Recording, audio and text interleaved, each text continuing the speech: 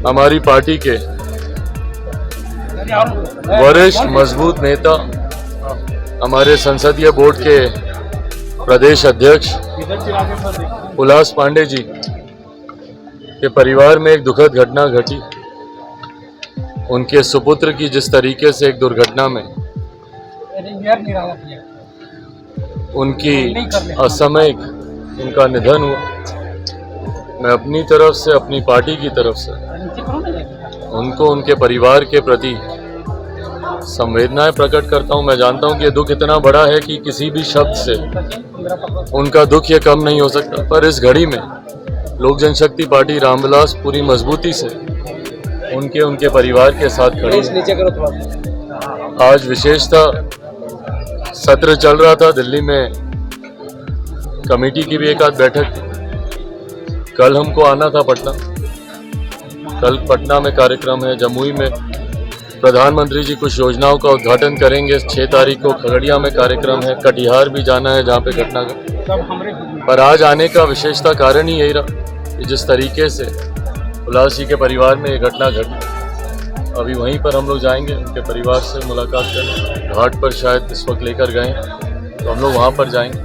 तो अपनी तरफ से, पार्टी की तरफ से उनके परिवार को संभावनाएं देते हैं और ईश्वर दिवंगत आत्मा शांति प्रदान करे, ये प्रार्थना करते हैं। अब कोई सवाल आपके?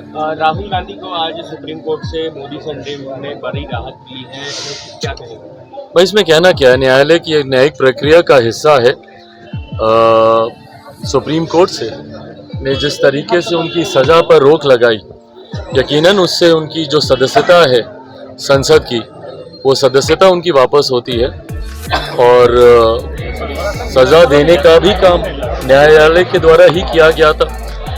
हाई कोर्ट ने उनको सज़ा दी थी, सुप्रीम कोर्ट के द्वारा उस सज़ा पे रोक लगाई गई। ये न्यायिक प्रक्रिया का हिस्सा है। अगर कुछ तथ्य और सामने आएंगे तो उसी आधार पर न्यायालय अपना आदेश देगा।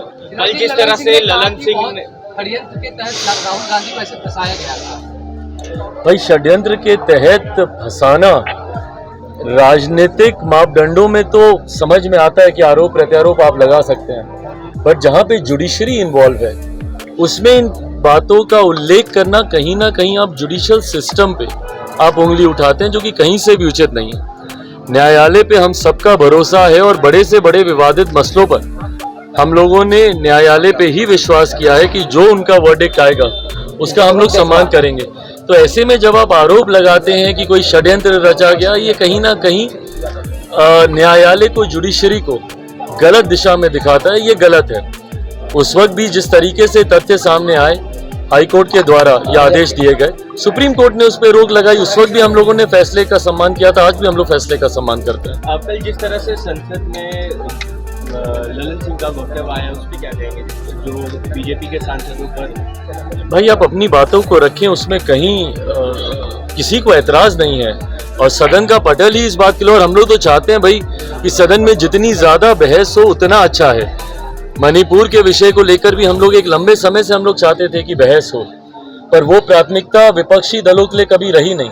मणिपुर को लेकर नियम में आप फंसाते रहे कि प्रधानमंत्री जब तक जवाब नहीं देंगे या फलाना नियम के तहत जब तक चर्चा नहीं होगी, और अंतोगत्वा अविश्वास प्रस्ताव लेकर आया गया। और मुझे लगता है देश के इतिहास में, ये इतिहास की किताबों में दर्ज किए जाने वाला विषय कि देश के इतिहास में पहली बार एक ऐसा अविश्वास प्रस्ताव लेकर आया जो सरकार को अस्थिर करने के लिए नहीं, जो इस सोच के साथ नहीं कि सरकार के पास मैंडेट नहीं है इसलिए हम लोग अविश्वास प्रस्ताव लेकर आ रहे हैं, बल्कि सिर्फ और सिर्फ मौजूदा प्रधानमंत्री जी को बोलने के लिए बाध्य करने की सोच के साथ इस अविश्वास प्रस्ताव को लाया गया। इस अविश्वास प्रस्ताव का और कोई कारण ही नहीं है लाने का, सिर्फ आप प्रधानमंत्री को बाध्य करना चाहते थे बोलने के लिए, इसलिए आप ये अविश्वास प्रस्ताव लेकर आए। सबसे पहले तो ये नियमों का दुरुपयोग है और ये गलत है, ये अनुचित है।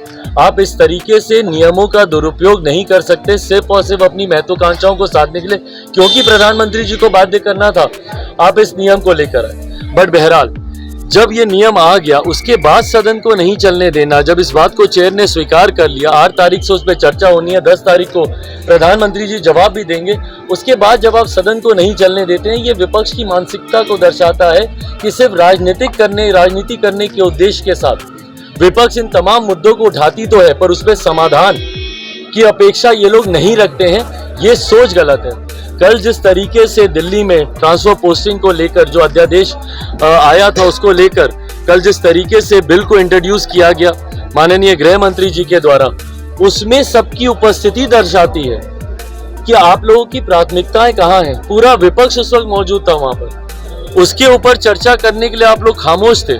पर मणिपुर जैसे विषय, जिसमें भाई बिहार के भी विषय आते हैं, बंगाल के भी विषय आते हैं, जहां जहां पर भी ऐसी घटना घटी है, इन तमाम विषयों को लेकर आप सदन को नहीं चलने देंगे। पर सिर्फ एक राजनीतिक दल को ट्रांसफर पोस्टिंग का लाभ मिल जाए, और भाई किसको आप संरक्षण दे रहे हैं? ये वही केजरीवाल जी हैं जो कि जितने ये तथाकथित विपक्षी दल के गठबंधन के लोग बैठे हैं, जिनकी पर्चियां लेकर ये घूमते थे। आज कांग्रेस के लोग जो बढ़ चढ़कर इनका साथ दे रहे हैं, इन्हीं कांग्रेस के नेताओं के खिलाफ वो पर्ची लेकर घूमते थे कि ये भ्रष्टाचारी हैं। और आज उन्हीं का संरक्षण करने के लिए कांग्रेस और तमाम विपक्षी दल एक साथ हुए और उसको लेकर बहस हो रही है।